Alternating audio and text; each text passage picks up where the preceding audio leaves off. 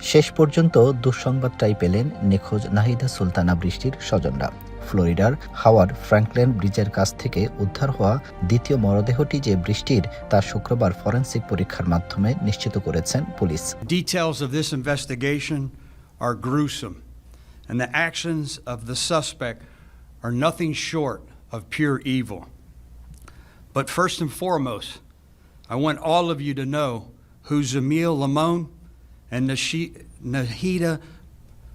Nashida Bristy were. এরপরই Florida police ডিপার্টমেন্টের পক্ষ থেকে বাংলাদেশে থাকা বৃষ্টির ভাইকে ফোন করে বিষয়টি আনুষ্ঠানিকভাবে জানানো হয়। এর আগে উদ্ধার হওয়া এই মরদেহের পরনের পোশাকের সাথে নিখোঁজের দিন সিসিটিভি ফুটেজে থাকা বৃষ্টির পোশাকের মিল পান তদন্তকারীরা। Yes, I don't want to say unequivocally right now. I want to remain someone who's in the fact business. That's a speculation business.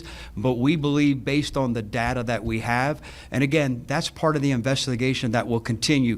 Timeline-wise, location-wise, yes, we believe that's the case, but I can't say with entire certainty at this point. We're still working through that. মেধাবী এই শিক্ষার্থীর মৃত্যু নিশ্চিত হওয়ার পর টাম্পায় নেমে এসেছে গভীর শোকের ছায়া। পরিবারের পক্ষ থেকে মরদেহ দ্রুত দেশে পাঠানোর দাবি জানানোর পর যৌথভাবে সব আনুষ্ঠানিক প্রক্রিয়া সম্পন্নের কাজ শুরু করেছে বাংলাদেশ দূতাবাস ও মায়ামি বাংলাদেশ কনসুলেট। ওয়াশিংটনে বাংলাদেশ দূতাবাসের প্রেস মিনিস্টার গোলাম মর্তুজা জানান, বৃষ্টির মরদেহ দেশে পাঠানোর প্রক্রিয়া ইতোমধ্যে শুরু হয়েছে। এদিকে নিহত অপর শিক্ষার্থী লিমনের মরদেহ ফ্লোরিডার ফিউনারেল হোম থেকে শনিবার রাতে অরল্যান্ডো বিমানবন্দর দিয়ে বাংলাদেশের উদ্দেশ্যে রওনা হবে।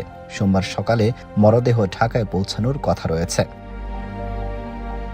নৃশংস জোড়া হত্যাকাণ্ডে অভিযুক্ত লিমনের রুমমেট হিশাম বর্তমানে পুলিশের হেফাজতে রয়েছে। তার সর্বোচ্চ শাস্তি নিশ্চিতের দাবি জানিয়েছেন প্রবাসীরা।